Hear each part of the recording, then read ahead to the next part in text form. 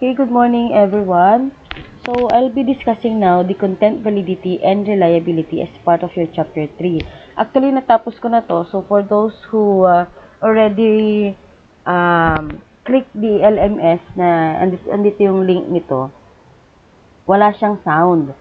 So, doon ko lang napansin for 2 to 3 videos na nagawa ko kagabi.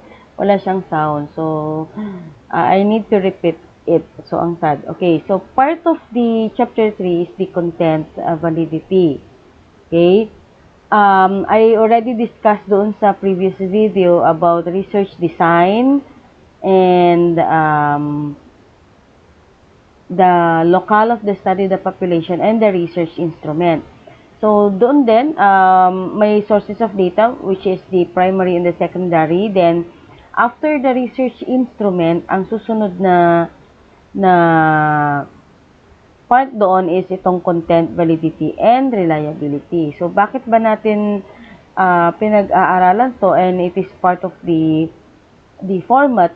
It's because we wanted to know that yung instrument na ginamit natin is validated and may mga sources, and at the same time, it was already evaluated before we float it sa mga respondents natin. So, we have different types of validity na ginagamit, but before that, the rule of thumb kasi is if your instrument is valid, therefore it is reliable.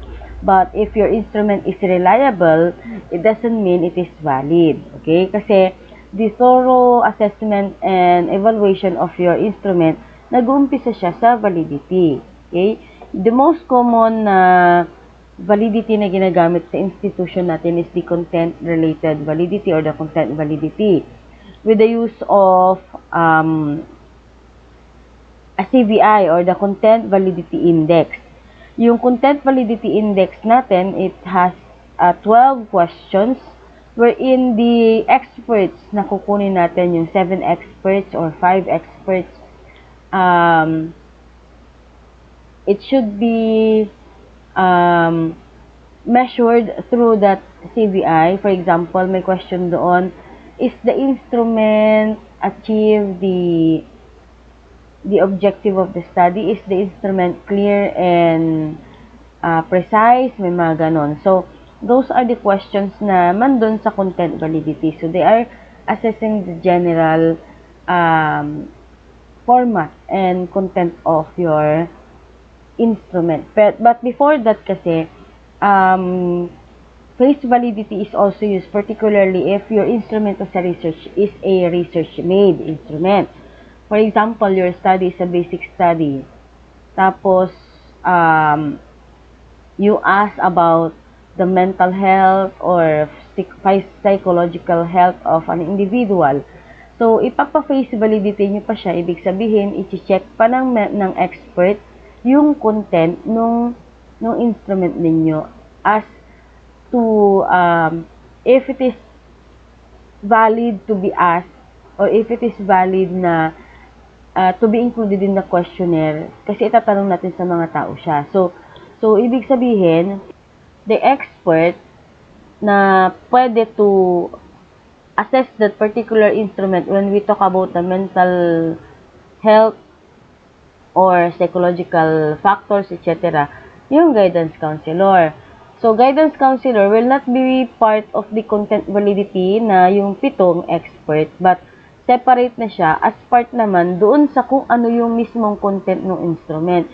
Titignan niya isa-isa yung mga questions that you laid down doon sa questionnaire ninyo if it is appropriate and reliable to be used sa mga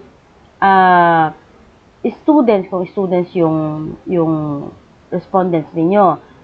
May mga sensitive issues kasi or may mga sensitive statement na minsan hindi natin pwedeng directly i-ask doon sa questionnaire kasi baka mag-trigger pa siya ng something. That's why we need to ask a particular guidance counselor kasi sila lang naman or guidance counselor or psychologist ang pwede na magsabi na ito tama, ito mali, ito. It's because they studied about it. So they are the one who is capable of assessing the statements na nilagay ninyo sa instrument ninyo.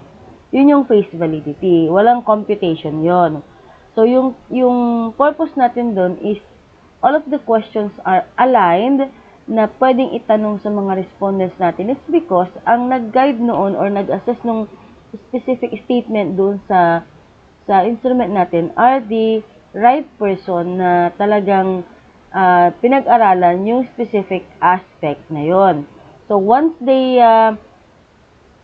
approve the content of your instrument, then dun na papasok yung content validity with the use of the CVI or the content validity index. That content validity index, we have 12 questions wherein the experts naman na 7, i-check nila yung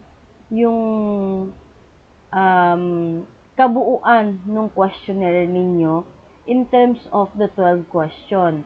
Nakalagay din dun sa 12 questions na yun, pwede nyo siya mabuksan through your QR code na nakuha natin sa RPDO. Nakalagay doon na is it clear, the format, so kabuuan niya, format, the statement, baka mamaya yung grammar hindi align, the objective is not aligned on the SOP, mga ganon. So, yun yung considerations na titingnan ng 7 expert when we talk about the content validity. Sa ibang institution, after the face validity, yun na siya. In our case, ginagamit natin si face validity. So, para tignan muna kung tama ba yung mga pinaglalagay natin. Okay? Now, after na ma-check ng mga validators or yung mga 7 experts, yung CVI natin, i-run na natin siya sa Cronbach Alpha to look for the consistency of your instrument, which is, ang tawag natin doon is yung sa reliability. Okay? For the reliability naman, pinag-aaralan natin yung consistency and stability of the instrument. So, if the same instrument is administered to the different respondents or experts in a several condition, tapos it produces hindi siya nagkakala yung result, ibig sabihin, reliable siya. So, paano natin magagawa yun? Through this statistical tools, which is the Cronbach Alpha, test retest, and split half. So, later on, discuss natin solo yung tatlo, as part of the content validity. Okay, going back, pag hindi, usually, pag content validity, ang ginagamit kaagad is the, Cronbach Alpha. Ginagamit na kaagad ang Cronbach Alpha to measure the content validity using the CVI na sinagutan ng 7 experts. Hindi pwedeng gumamit ng respondents na 2, 4, 6. Dapat hindi siya equal 3, 5, 7 para may point of validation pag hindi sakto yung number of respondents natin. So, pag mababa yung Cronbach Alpha natin, then doon na papasok itong si construct validity. So, construct validity, paano ba ginagawa ang construct validity? Dito na natin hihimay-himayin. We have to evaluate each of every items included in your questionnaire. So, in order for you to do that, ganito yung questionnaire na gagamitin. Format ng questionnaire na gagamitin. Yan. Ito. So, ito, pinapakita dito yung format na gagamitin ninyo or gagawin ninyo sa instrument ninyo if hindi pumasa sa Cronbach Alpha. Ang Cronbach Alpha kasi acceptable above. 70% above acceptable siya or valid. Okay? Valid. Okay, satisfactory na siya. Pero po pag 0.50 to 0.69, ito yung acceptable. Tapos pag 0.49 below, hindi na siya pwede. Anong tawag doon? Acceptable, not valid. Yan. So, ito yung mga gagamitin nating criteria or ito yung lalabas na criteria for the content validity. Usually, pag 0.70 above, valid na siya. Acceptable na siya or satisfactory na siya, excellent na siya. Pag itong acceptable na to, may mga parts that you're going to revise based on the item analysis. So, for the item analysis, may mga parts doon na mababa yung scores niya. Then, it's either you will revise it or remove it. So, paano natin makikita yon? Because the 12 questions lalabas doon kung ano yung problema. So, if mababa, then you can go with construct validity. The format of the construct validity is ganito. For example, indicators mo, behavioral factor. You have 5 items. So, ilalagay mo dito lahat yung mga 5 items. Then, each items, the experts will assess either it is satisfactory, moderately acceptable, needs revision, yung number 1. Parang ganon. So, if that's the case, then they'll give the comments dito. Okay? If gusto nyong makipagsapalaran, you go with the content validity para pag mababa siya, then doon lang kayo pupuntang construct validity. Kaya lang kasi, pag content validity, minsan, pag it was already been assessed by the experts, like experts doon sa field na pinag-aaralan ninyo, then mataas yung chance na pasok sa kaagad sa content validity. It is valid and satisfactory. Sa construct validity naman, just to make sure lang na wala namang specific expert na pwede mag-assess ng study ninyo, then you can go with the construct validity. Particularly, if your study is parang yan, development, needs analysis. So, pag the needs analysis, minsan wala tayong mga instrument na ginagamit. So, pwedeng observations or interview, yung exploratory, yung in-explain natin dun sa previous video, pwede nyo siyang i-construct validity na direkta para at least it is a combination of both content validity and face validity. So, in this case kasi, ang pag-uusapan natin dyan is the Likert scale. So, whatever the result niyan, pag mataas na siya, then it will be valid to be used in your study. Okay? So, yung mga comments and suggestions na yan, isusulat nyo or i-improve nyo yung items based on the comments and suggestions nila. Then, ibabalik nyo ulit sa kanila para i-check naman nila and i-validate nila kung talagang na-follow nyo or hindi. Okay? So, yun yung isa. And, mayroon pa tayong tatlo, the criterion, the concurrent, and the predictive. So, let me start with the criterion. Okay? Dito kasi, the criterion-related validity, it evaluates how well a measurement instrument correlates with an external criterion. So, ano ibig sabihin nun? If your instrument is valid, it should show a statistically significant relationship with the relevant external variables. Example, if your study is about a flight performance, halimbawa, i-validate natin yung virtual reality tool na ginawa ninyo. So, ibig sabihin, gagawa pa rin kayo ng evaluation tool. Doc, paano yon? Kasi sabi nyo po, mayroon na po tayong ISO or mayroon na tayong ginagamit na instrument or criterion instrument na available sa QR code. Yes, ginagamit siya pag may mga dinidevelop tayong may mga dinidevelop tayong mga app or project or machine. Ganon. Pero, hindi kasi lahat ng content ng criterion instrument, which is the ISO, is applicable sa study ninyo. Kasi generalize yung content nung test na yon, okay?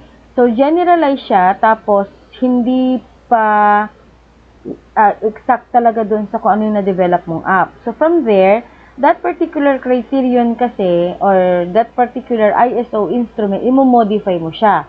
So, once na na-modify mo na siya, then, magkakaroon ka na ng panibagong instrument. So, yung panibagong instrument mo na yon, yun yung gagamitin mo as the independent variable. So, yung independent variable na yon, i-cross-check mo siya para malaman natin yung relationship doon naman sa academic performance or flight performance ng mga respondents mo. Just in case na nabuo ka ng VR na gagamitin mo as a training tool. So, ang basis mo doon, the ISO, magbubuo ka ng panibagong questionnaire, babaguhin mo yung content niya based on dun sa kung ano yung nabuo mong project.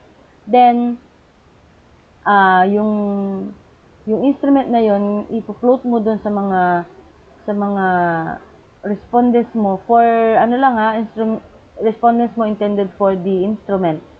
So, ipo-float mo sa kanila, plus getting their flight performance, yung training nila, then i-compare mo siya to get the significant relationship.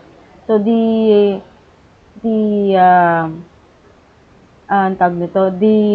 statistical analysis na pwede mong gamitin doon for the criterion is the Pearson product moment correlation. So, may iba-ibang klase ng Pearson ha, yung Pearson coefficient correlation or correlation coefficient, meron yung Pearson product moment correlation. So, dito, iti-test mo siya using DSPSS, wherein kailangan ma-indicate mo yung relationship or strong positive relationship between the scores nila dun sa instrument and the scores nila dun sa pre-training nila.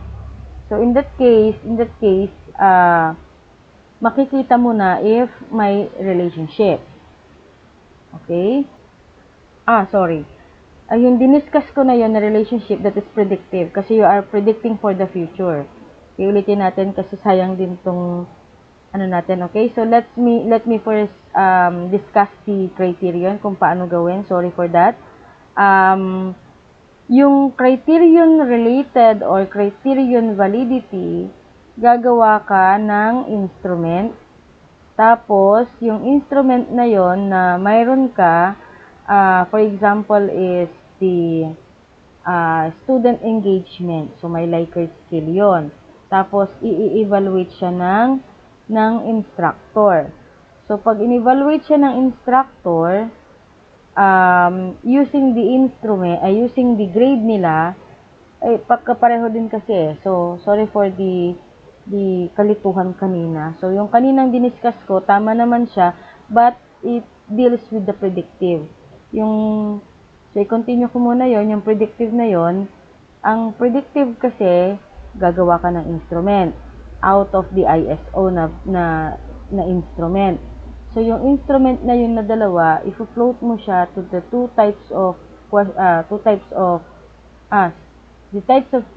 the types of students na may grade na. So, instrument, tapos at least pili ka ng at least 5 na students para makita natin if valid yung instrument natin. I'm talking about predictive ha, kasi predictive na yung na-discuss ko kanina. So, i-continue ko lang muna. Predictive instrument or predictive validity, paano gawin siya? Bumuo ka ng instrument out of the ISO kasi hindi lahat ng content ng ISO is applicable sa na-develop mong app. Okay? So, that instrument, then, i-correlate mo siya sa grades nung 5 respondents mo for the instrument lang. Tandaan niyo, you have 2 types of respondents. The respondents intended for the instrument and the true respondents wherein yung binubuo mo ngayong instrument will be used pag okay na siya doon sa true respondents mo para ma-validate natin yung study mo. Okay? So, ulitin natin yung nabuo mong instrument out of the ISO na minodify mo. Ipo-float mo sa at least 5 students, for example. Then, yung 5 students na yon, you already have the grades nila. Yung kanilang flight performance. So, i-float mo sa kanila yung instrument, yung 5 yon, i-float mo yung ginawa mong instrument na nag-base ka sa ISO. pero binodify mo nga yung ISO kasi hindi siya akma dahil generalize yung mga nakalagay doon. So, if float mo sa kanlimang yon and you already have their grades. Okay, so now, pag na-float mo na, you already have the score ng instrument mo and yung grades nila. Yun yung gagamitin mo ngayon to test the relationship. So, again, the rule pa rin dyan is, kailangan is 70% pataas. Okay? 70% pataas siya. So, ang instrument or the statistical tools na pwede mong gamitin dyan is the Pearson product moment correlation. So, dito, kailangan lumabas pa rin that there is a strong positive relationship which is magpo-fall under 70% pataas. If mababa dyan, then you need to revise it again, yung instrument mo. And if float mo again siya sa ibang respondents naman, na 5 respondents ulit. Hanggang sa makuha mo yung predictive flight performance nila. Okay? So, ibig sabihin kasi, if your predictive validity is hindi mo siya ma-establish, you need to revise and revise the content niya. Or kung hindi mo man i-revise, you need to float it again and again sa iba-ibang klaseng estudyante hanggang sa makuha mo yung strong positive relationship. But that student should not be included in your study as your true respondents because we use them only for the validation of your instrument. Okay? So, pataas tayo. Next is the concurrent validity. Okay. Yung concurrent validity naman is the same, almost the same siya kay predictive. Okay? Almost the same ang ano niya. Kasi you have this instrument, yung nabuo yung instrument, and mayroon kang basis which is the ISO. Okay, so you have 2 instruments. Yung new instrument na minodify mo and the criterion instrument na mayroon ka. Okay? Concurrent I'm talking about concurrent. Nabanggit ko lang yung criterion kasi ang criteria mo in making the new instrument is the ISO. So, you have 2 instruments. Okay? You have 2 instruments. Now, yung dalawang instrument na yun, pasasagutan mo sa 5 respondent student ulit or experts. Pero dito, mas more on the student. O kaya, flight instructors, ganon. So, pasasagutan mo yung dalawa. Same time. Okay? So, para magkaroon ka ng comparison. So, pagkasagot mo ng isa, pasagutan mo ulit yung isa sa kanila. Then, you have to compare their the scores of the 2 instruments. Okay? So, ang gagamitin mo dyan ngayon is the Pearson R or yung Spearman. If gumamit ka ng Likert, pero hindi, non-parametric siya. So, ibig sabihin, dito, makikita natin yung result ng dalawang instrument. Kung yung kanina, yung predictive, ang ginamit mo, your new instrument and the grade of the respondent. Para makita natin yung relationship. Kasi pinipredict natin yung future. Yung concurrent validity naman is pinapakita natin that yung new tool, yung ginawa mong instrument, is consistent with the established one. Okay? Pag walang pinagkaiba or mas, again, ganito ulit, 0.70 pataas ang result niya, it indicates that when you use the concurrent validity, it indicates that yung ginawa nyong instrument is consistent with the established one, yung una, which is the ISO. So, pag mataas na yun, ibig sabihin, tama na yung instrument mo. Tandaan ninyo ha, lahat ito from criterion, concurrent, and predictive, you still need to adapt the phase validity kasi kailangan kasi yung content niya ay pa-assess nyo pa rin sa talagang tamang tao. Like, kung mental, about guidance, or the psychologist, mga ganon. Okay? So, yun yung explanation natin ng concurrent, yung bagong instrument, plus yung lumang instrument na pinagbasean mo, kasi ang tawag doon is binodify mo yung instrument based on the standard instrument, which is the ISO. Ganon din siya sa sa basic research. If gumamit kayo ng mga studies, yung instrument nila, tas gumawa ka ng buo, ng bago, out of it, kasi in-apply mo sa aviation, kasi may mga standard instrument na kasi online. Pwede mo namang i-download yun, pero you have to modify and base it on the new study mo. So now, you are holding two instruments. Yung standard o yung basis mo, then the new one. Ifo-float mo lang siya sa same respondents, pero simultaneous mo na lang gagawin. For example, pinload mo yung new ngayon, mga after 1 hour, i-float mo ulit sa kanila yung old para magkaroon ng comparison. And for you to compare it, you have to use the Pearson correlation or the Spearman rule. Pag ang lumabas is 0.70 pataas, then yung ibig sabihin nun, yung new instrument ninyo is valid and it is consistent with the ISO na ginawa natin. Kasi ibig sabihin dito, valid na siya, consistent pa siya to be used as new instrument kasi hindi siya nalalayo dun sa original. That is the concurrent. Okay? Okay, let's move on with the criterion naman. Okay, for the criterion naman, okay, si criterion naman is almost the same with the content validity. Why? Kasi, pero it's a combination of content validity and construct validity. You will have